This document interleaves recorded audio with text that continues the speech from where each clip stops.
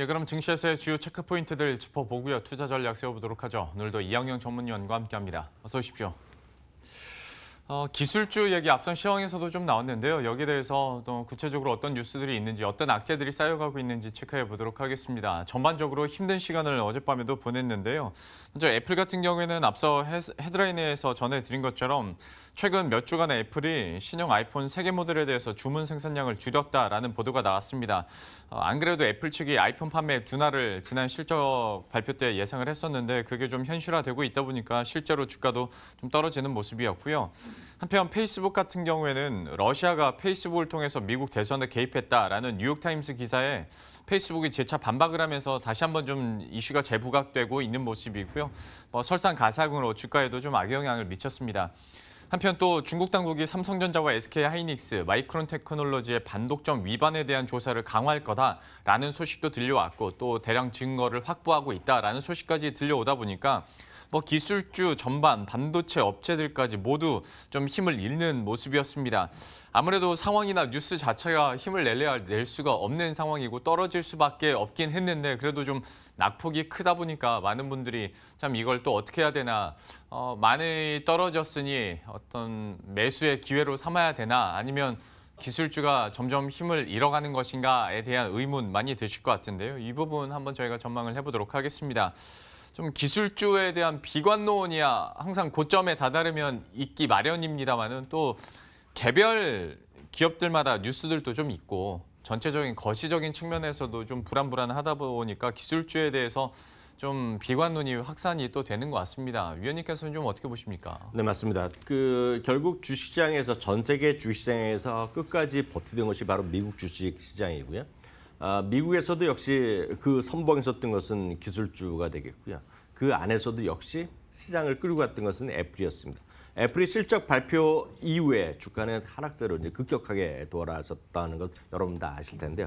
거기 이제 결정타가 계속 나오고 있는 거죠. 구체적으로 보면 몇 군데에서 결국 제일 먼저 이런 흐름에서 제일 먼저 생산 감축에 얘기한 것은 일본의 니케이 통신에서 먼저 얘기를 했죠. 그것이 이제 중국발 어떤 소식통을 인용했고 그다음에 몇몇 증권사에서 얘기했는데 오늘은 월스트리트저널에서 구체적으로 아이폰 10R에 대한 어떤 생산을 기존 대비 한 30% 정도, 3분의 1까지 줄일 수 있다라는 정도 얘기가 나오면서 오늘 주가가 오늘 그냥 4.4%가 정확히 떨어지면서 주가 흘러내렸습니다. 그래서 지난주 한데도 말씀드렸다시피 결국 종가를 보면 19.9998% 정도로 끝났었는데 그것이 약간 반등했었는데 오늘 다시 하락을 통해서 결국은 애플도 고점 대비 20% 이상 떨어지는 모습을 해서 벗어나지 못했습니다. 오늘까지 해서 20.5%입니다. 이것이 고점 대비 떨어진 폭이 되겠는데요. 보시면 페이스북 같은 경우는 이제 금년 먼저 떨어지겠죠. 40%가 떨어졌고요.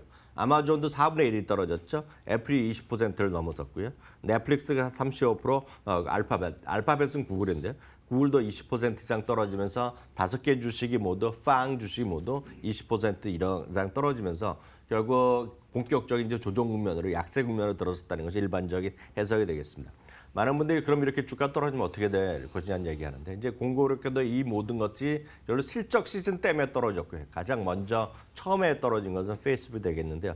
통상 실적을 전후해서 주가가 떨어지면 많은 분들은 우리나라에서는 여기가 떨어졌기 때문에 사야 된다 얘기하지만 해외에서는 대부분 실적이 그대로 반영되기 때문에 최소한 다음 분기 실적 시즌까지는 좀 이어지는 경향이 있었다는 것도 참고하시면 되겠습니다. 예, 말미에 약간 힌트가 나오기도 했고 저도 그러면 투자 전략을 많이 떨어졌으니 어떻게 짜야 되냐라고 여쭤봤는데 거기에 대한 대답을 모건 스탠리에서도 좀 하는 모습이었잖아요. 그러니까 이제 저가에 사는 전략이 16년 만에 깨졌다. 오히려 랠리에 팔아라라는 얘기까지 하고 있는데 그래서 이거 좀 귀담아 들을 필요가 있을까요? 어떻게 보십니까? 네, 많은 분들이 얘기하죠. 우리나라에서 이제 낙폭과대에 따른 매수, 반발 매수 심리 그러면서 이제 기술적 반등을 얘기하는 사람이 많이 있습니다. 물론 그럴 수도 있고 세상 일을 아무도 알 수 없죠. 오늘부터 주가가 급반등할지 모르겠지만 모건 스탠리 이런 얘기합니다. 소위 영어로 하면 buy the dip입니다. 떨어졌을 때 사라. 우리나라 말로 그대로 번역하면 낙폭과대 매수 이런 것들을 얘기하는데요.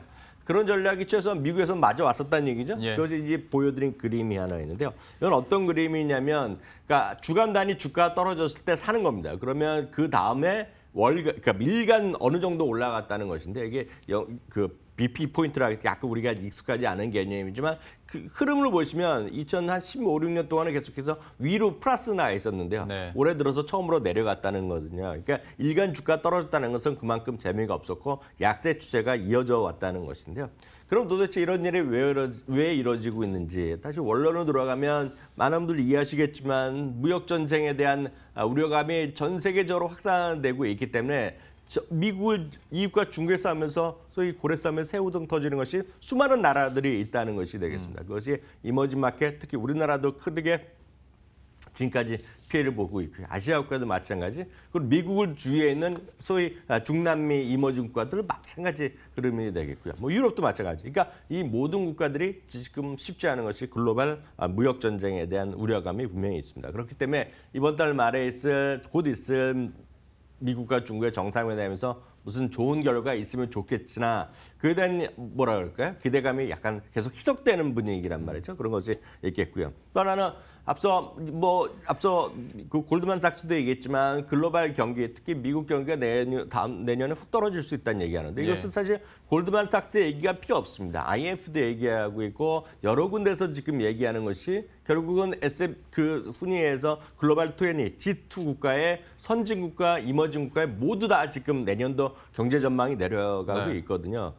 그런 것들이 전반적으로 지금 시장을 억누를 수 있다는 것이 되겠고요. 거기다 이제 미국에서의 어떤 통화 정책이 계속해서 계속 긴축적으로 가고 있는 것이죠. 그러니까 다음 달에 미국에서 올해 이제 세 번째 금리 인상하는 것이 되겠고요. 내년에 이제 보통 3번 얘기하지만 4번 얘기하는 것도 있다는 거죠. 골드만삭스가 그런 얘기를 하고 있는데요. 결국 그런 것들이 결국 통화에 대한 긴축이 이어지면서 작년부터 말씀드렸다시피 양적 완화에 시작해서 재무제표의 축소 시대로 가는 거라는 거죠. 그런 것들이 본격적으로 이루어지면 특히 어디가 문제가 되겠습니까? 미국도 그렇지만 결국 중요한 것은 이머징 마켓에 대한 경고 목소리가 그런 주장에 보면 끝에 보면 항상 이머징 마켓에 대한 경고의 목소리가 있다는 거죠. 그것을 구체적으로 얘기하면 달러가 부족해지는 시기가 분명히 올 수도 있다는 주장이 있다는 것도 여러분 참고하시면 되겠고요. 이런 모든 것들이 결국 시장의 불안 요인으로 계속 이어지고 있다는 점 참고하시면 되겠습니다. 참 여기저기서 몸이 좀 움츠러들 수밖에 없는 소식들과 투자 전략들이 나오고 있고요. 이번 주와 다음 주에 또 대형 이벤트 그리고 그 이벤트를 앞두고 변동성이나 또 관망 심리가 좀 짙게 나타날 수 있기 때문에 이 부분은 유의하시면서 투자 전략 짜셔야 될 것 같습니다. 첫 번째 이슈 이렇게 마무리 짓고 두 번째는 국내 이슈를 저희가 체크를 해보도록 할 텐데요. 지주사주에 대한 이야기 한번 해보도록 하죠. 지주사주에 대한 재평가 기대감이 시장에서 요즘 커지고 있죠. 아무래도 뉴스를 통해서도 한국형 주주행동주의가 부상을 하면서 어떤 지배구조 개편 모멘텀이 강화될 거다라는 전망이 나오는데요. 그 요즘에 나온 뉴스가 이제 국내 행동주의 펀드인 KCGI가 한진칼에 2대 주주에 오르면서 이슈가 되기 시작했고요. 또 KCGI 측에서는 한진칼의 경영권 장악 의도는 없지만 주요 주주로서 경영활동 감시 역할을 충실히 수행하겠다라는 입장까지 좀 대하게 밝히긴 했는데요. 사실 이렇게 행동주의 펀드가 활성화되면 기업 입장에서는 골치가 아프겠지만 참 아이러니하게도 기업의 가치는 또 올라가기 마련이죠. 그러니까 장기적으로 지배구조 개편에 대한 기대감도 있겠고 또 단기적으로 봤을 때는 뭔가 주주 친화 정책이 나오지 않을까라는 기대감으로 주가 역시 강세를 기록하는데요. 이번 뉴스를 어떻게 또 활용할 수 있을지 그리고 앞으로 지주사주를 보는 우리들의 시각 어떻게 가져갈 수 있을지 한번 체크해 보도록 하겠습니다. 뉴스가 요즘에 많이 나와요. 그리고 종합뉴스에서도 뭐 관련한 행동주의 펀드 얘기가 나오다 보니까 다시 한번 지주사주에 대한 이야기 할 수밖에 없는데 좀 이번 사안에 대해서 어떻게 바라보고 계세요? 네, 지난주 말에 이제 이 얘기가 터진 거 아닙니까? 네. 물론 일부에서는 뭐 이런 게 뭔가 의심스러운 게 행동이 있다. 라면서 대한항공의 주가 상승 이런 것에 어떤 뭔가 있었다라는 얘기를 일부 간헐적으로 얘기를 하고 있지만 결국 공개적으로 터진 것이 이제 지난주가 공개된 것이 되는 건데요.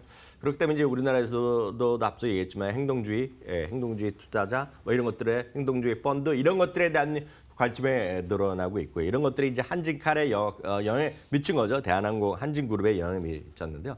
실제로 보면 저희가 9월 달에도 한번 이거를 딸기어 시간에도 한번 그 지주회사에 다루고 이럴 기회가 있을 때마다 주주 친화 정책, 행동주의 얘기하고 있지만 장기적으로 봐서는 여러 다양한 의견이 있습니다. 지금 이런 거에 대해서도 지금 뭔가 그 경영하는 사람들이 있죠. 그게 잘못된 거다 얘기하는 분명히 비판도 있고 일정수 반대편에서는 예를 들어서 주식시장은 긍정적인 요인이다 얘기를 합니다. 물론 저는 이제 긍정적인 요인이라고 저는 생각하는 쪽이지만 제가 뭐 절대 다수라고 얘기할 수는 없는데요. 일단 이런 거죠. 장기적으로 봤을 때 지주회사 이런 쪽에 보면 저는 분명히 된다라는 생각을 갖고 있습니다. 긍정적인 시각을 갖고 있습니다. 그래서 일부에서 얘기한 행동주의에 대한 것은 뭐 나중에 기회가 있으면 다시 말씀드리겠고요.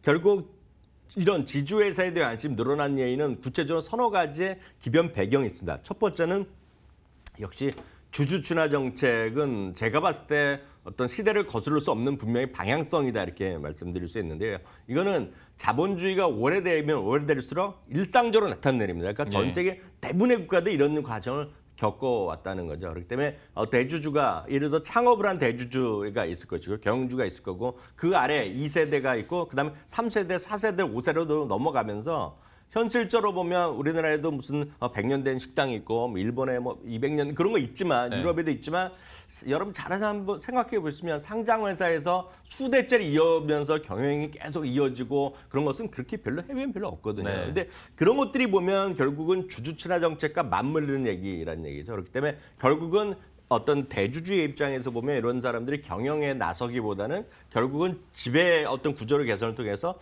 충분하게 배당을 받아가는 배당을 받아보는 이런 쪽에서 여러분들이 생각하시면 되겠다. 그래서 그런 쪽에서 결국은 경영보다는 어떤 구체적인 배당에 대한 투자, 배당에 대한 수요가 늘어난다. 뭐 이런 쪽으로 보면 앞으로 상대적으로 배당에 대한 성향은 높아질 수밖에 없고 이런 것들은 행동주의뿐만 아니라 전 세계 일반적인 과정이라고 얘기하셔야 되겠습니다.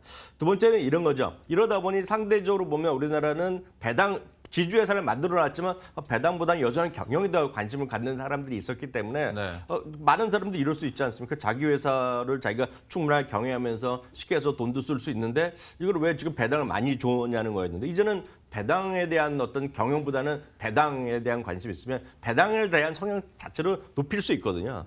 그럼에도 불구하고 아직까지는 그렇게 일반적이 아니기 때문에 우리나라는 사업하는 회사보다 사업 직접 하는 회사보다 그 상위에 있는 지주회사의 어떤 수익성이나 PR 평가를 좀 낮게 준 평가가 있었는데 그래서 상대적으로 저평가가 해서 이어져 왔다는 것을 제가 9월 달에도 방송에도 한번 말씀드렸는데요. 상대적으로 저평가입니다. 지금 전체적으로 우리나라 지주회사가요. 그러니까 그런 것들도 분명히 플러스 요인이 있었지만 최근에 최근에 있었던 일은 결국은 누가 뭐래도 한진칼이 큰 기여를 했다라고 말씀을 드릴 수밖에 없죠.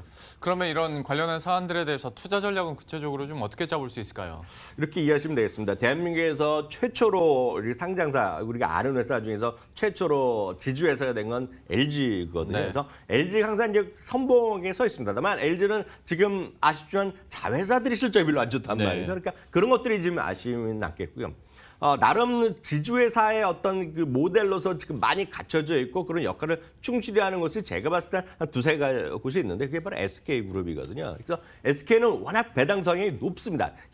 어떤 속성사. SK텔레콤은 대한민국에서 늘 말씀드리지만 SOL과 더불어서 배당성이 가장 높고 그걸 또 갖고 있고 또 SK텔레콤뿐만 아니라 SK이노베이션 배당을 많이 줬고 그리고 그때 어디 가냐면 SK로 가거든요. 그러니까 SK 자체에 대한 관심이 여전히 전 있다고 보고 있습니다. 그래서 SK가 장기적으로 괜찮아 보이겠고요. 그 다음은 약간 성향이 약간 다릅니다. 워낙 GS칼텍스의 비중이 높지만 GS칼텍스를 통해서 온전히 지주회사의 가치를 구성하고 있는 것이 GS거든요. 그래서 GS 같은 경우도 저는 장기적으로 한번 해볼 만하다 생각을 갖고 있고 일부에서는 롯데다, CJ다 등등 얘기하는데 여러분들이 지주회사를 판단하실 때 보면 장기적으로 그 그룹이 배당을 꾸준히 더 늘려왔고 배당 성향이 좋은지를 보셔야 되겠고요. 두 번째는 그 사업하는 회사들이 얼마나 지금 안정적으로 지금 돈을 잘 벌고 있느냐 그런 거에 대한 판단을 하시면 되겠습니다. 예, 지주사주에 대한 대응 전략 나왔고요. 그중에서 SK GS 얘기도 나왔으니까요. 참고하시면 좋을 것 같습니다. 마지막으로 잠시 후에 따기거 오늘은 어떤 내용 준비하셨어요? 네, 오늘은 지난주에 이제 발표돼갖고 많은 주가의 부침이 있었는데 다시 한번 정리한 의미에서 삼성에서 발표한 폴더블 폴 관련해서 증권에서 자료가 있기 때문에 그걸 한번 참고적으로 설명드릴까 합니다. 예, 잠시 후에 따기거도 기대해 주시고요. 이항영 전문위원과는 여기서 인사드리도록 하겠습니다. 오늘 말씀 고맙습니다.